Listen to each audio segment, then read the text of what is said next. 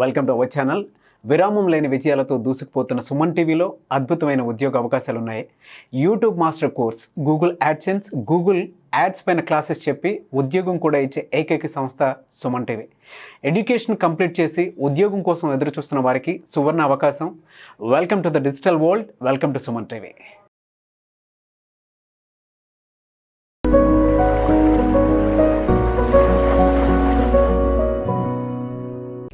Welcome to our channel అండి. ఇవాళ మనం డిస్కస్ చేసుకునే టాపిక్ వచ్చేసి మోడల్స్ అన్నమాట. ఇందులో నెక్స్ట్ ఉన్న టాపిక్ అండి will and would.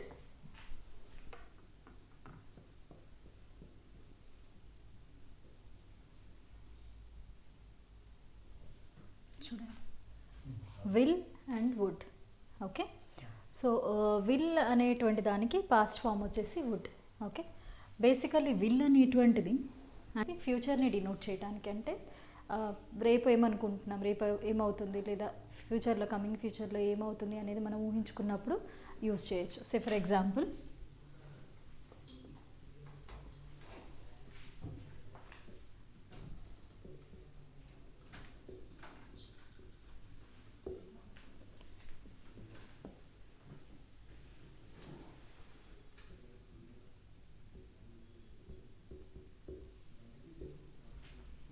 We will be in Chennai tomorrow by this time. అంటే రేపు ఈ టైం వరకు మేము చెన్నైలో ఉంటాము అన్న ఉద్దేశంతో, అంటే రేపు జరగబోయే దాని గురించి నేను ఇవాళే ఐమ్ జస్ట్ మాట్లాడుతున్నాను అనమాట.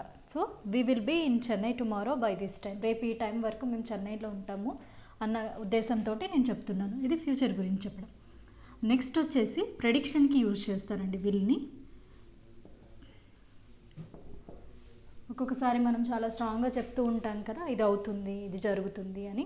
సో ఆ ఎగ్జాంపుల్ ఒకవేళ చూసినట్లయితే, it will rain tomorrow.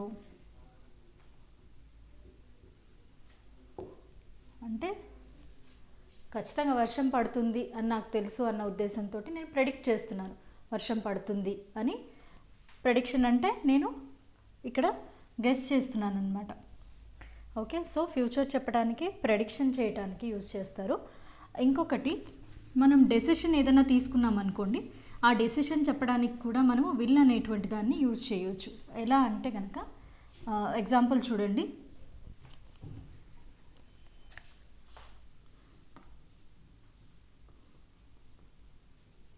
Decision. So ఇక్కడ ఎలా అంటే,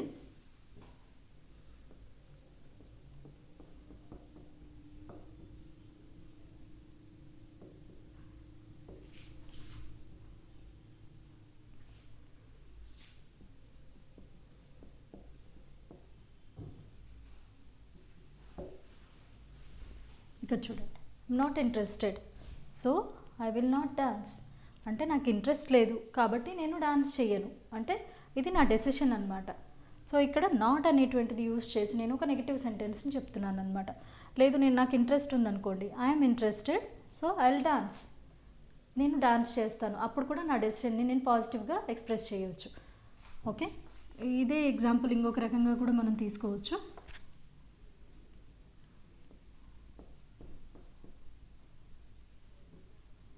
I'm not hungry, so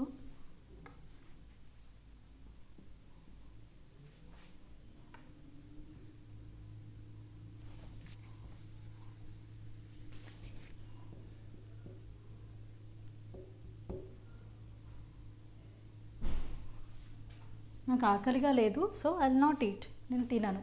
అంటే ఇక్కడ నేను ఆల్రెడీ డెసిషన్ అనేటువంటిది తీసేసుకోవడం జరిగింది. నాకు ఆకలి వేయట్లేదు, నేను తినను అన్న ఉద్దేశంతో. సో ఇలా డెసిషన్ని చెప్పడానికి యూజ్ చేస్తారు. ఇంకొకటి విల్ అనేటువంటిది మనము ప్రామిస్ చేయటానికి కూడా యూజ్ చేస్తామండి.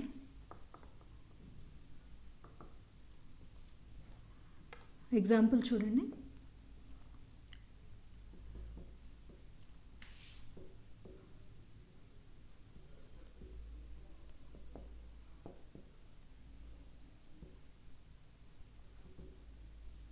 I will call you in the evening.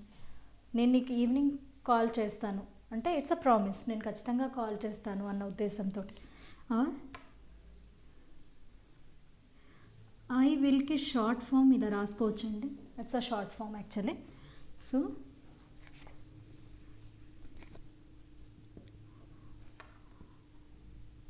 I'll meet you next month. వచ్చే నెలలో నేను నిన్ను కలుస్తాను అన్న ఉద్దేశంతో కూడా మనము విల్ని యూజ్ చేయవచ్చు. సో ఇక్కడ ఏంటి, ఫ్యూచర్ని చెప్పడానికి, తర్వాత ప్రెడిక్షన్కి, తర్వాత ప్రామిస్కి, డెసిషన్ తీసుకున్నప్పుడు మనము విల్ అనేటువంటి దాన్ని యూజ్ చేయడం అనేటువంటిది జరిగింది. నెక్స్ట్ విల్ యొక్క పాస్ట్ ఫామే వుడ్ అనమాట. సో ఈ వుడ్ని కూడా మనము ఫ్యూచర్ డినోట్ చేయటానికి అంటే ఎలా అంటే సే ఫర్ ఎగ్జాంపుల్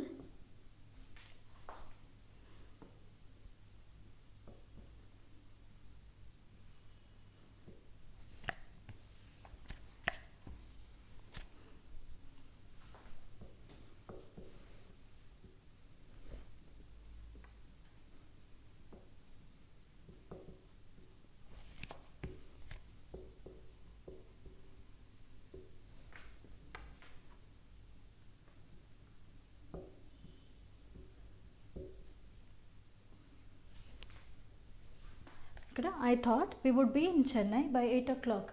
మేము చెన్నైలో 8 వరకు ఉంటాము అని నేను అనుకున్నాను. అంటే అది జరగలేదు, అంటే అక్కడ ఇట్ డిజంట్ హ్యాపెన్, అంటే అది జరగలేదు కాబట్టే ఉంటామని అనుకున్నాము అన్న ఉద్దేశంతో నేను చెప్పడం జరుగుతుందన్నమాట. సో సేమ్ ఈవెన్ ప్రెడిక్షన్ అని చెప్పాను కదా ఇంతకుముందు విల్ని, సో పాస్ట్ ఫామ్లో కూడా దాన్ని రాసుకోవచ్చు. ఐ థాట్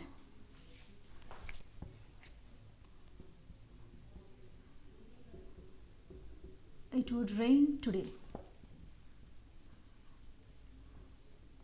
వాళ్ళ వర్షం పడుతుందని నేను అనుకున్నాను అన్న ఉద్దేశంతో పాస్ట్ ఫామ్లో. సో ఇది వచ్చేసి ప్రెడిక్షన్, ఇది వచ్చేసి ఇది ఫ్యూచర్ గురించి, ఇది ప్రెడిక్షన్ గురించి మనము వుడ్ యూజ్ చేసి రాసినటువంటి సెంటెన్సెస్ అన్నమాట. సో ఏదైతే జరగలేదు మనం అనుకున్నది అది మనం ఎక్స్ప్రెస్ చేయాలి అనుకున్నప్పుడు బేసికలీ మనము వుడ్ని యూజ్ చేయడం అనేటువంటి జరుగుతుంది. అంటే పాస్ట్ ఫామ్లో మనము వుడ్ని యూజ్ చేసామన్నమాట. విల్ వుడ్ అనేటువంటివి కండిషనల్స్లో యూజ్ చేయొచ్చండి. కండిషనల్స్లో ఎలా అంటే if and unless. Say for example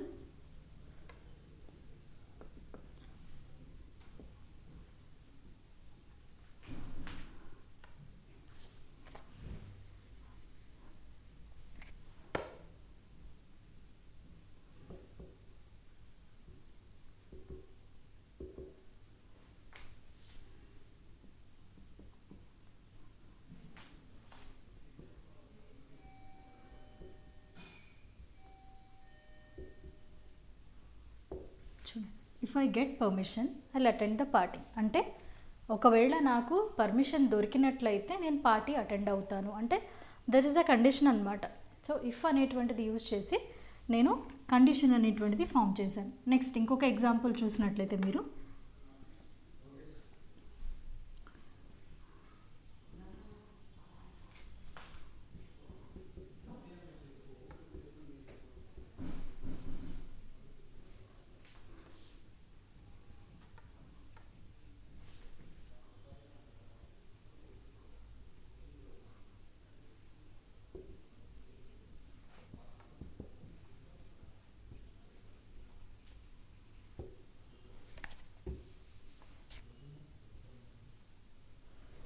చూడండి,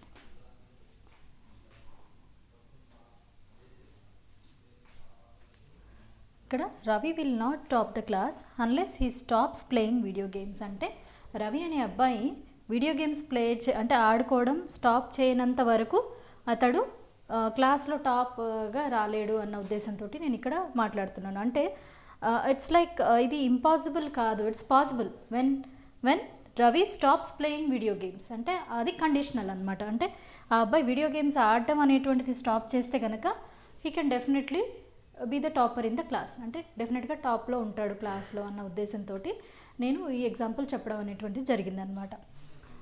సో నెక్స్ట్ వచ్చేసి కండిషనల్స్ కాకుండా మనము వుడ్ అనేటువంటి దాన్ని ఇమాజినరీ థింగ్స్, అంటే మనం ఊహించుకుంటూ ఉంటాం కదా, సో అలాంటి ఊహించుకోవటానికి ఇమాజినరీ థింగ్స్ చెప్పడానికి మనము వుడ్ని యూజ్ చేయవచ్చు. సే for example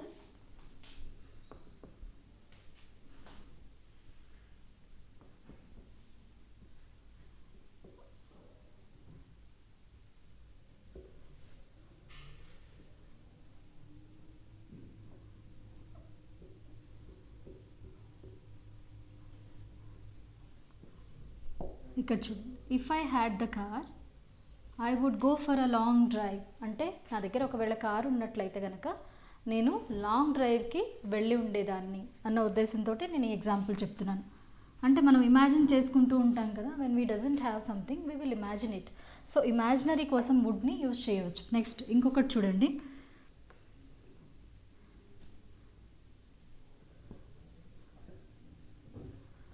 if I had wings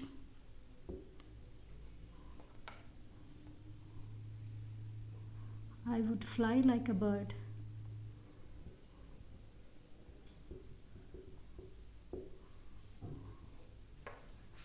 అంటే నేను వింగ్స్ ఉన్నట్లయితే బర్డ్ లాగా ఎగరగలిగేదాన్ని. సో ఇలా ఇమాజినరీ థింగ్స్ని ఫామ్ చేసుకోవడానికి, అంటే ఇమాజినేషన్స్ని మనం రాయటానికి వుడ్ అనేటువంటి దాన్ని యూజ్ చేస్తాం.